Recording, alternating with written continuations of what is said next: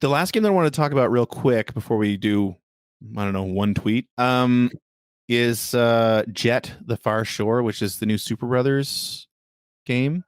Yeah. And I have to point out that this was actually given to me by somebody, one of our listeners who doesn't want to be named. Mm-hmm. So, you know, Voldemort, exactly. This game should be.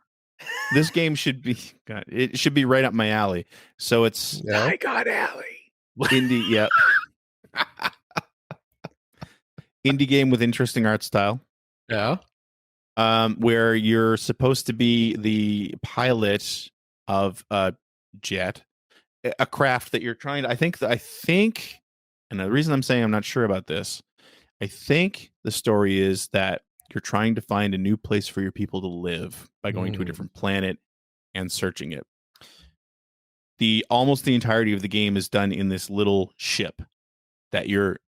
At the best of times, the best parts of the game is when you're actually flying over water and you have a little bit of control. Like you have like this sort of jump mechanism that will send out like a shock wave underneath the ship, and you can actually dive under the waves. Sometimes you can really ride the sort of the undulating terrain and everything, which is nice. But when you're on the land, it controls kind of a lot worse. And there are a few first-person perspective sections where you get out of the ship and wander around, but nothing really happens in those. They're very linear. It's very story-heavy. And the main issue that I have with it is that they went sort of the like the eco route or their Panzer Dragoon series route, where they're speaking a made-up language, which I normally like. That's, it's very interesting and it fits the game aesthetic beautifully. But you have a co-pilot who doesn't shut up ever. And to know what he's saying, you need to read subtitles. But this is while you're playing. Right? Neum nub.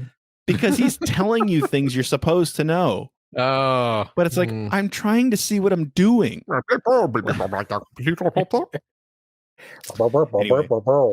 And then the other thing is that they'll constantly take away your ability to go quickly. So like there's a section that I'm in right now where we're trying. I'm just gonna charge through here. There's a section I'm in right now where there's a storm in the distance and I can't go into it. So it's like, well, we're supposed to scan things on the land. We're supposed to get information of this place.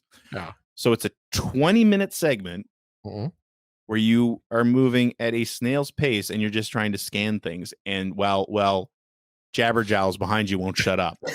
So yeah, it's man. What's the game called again?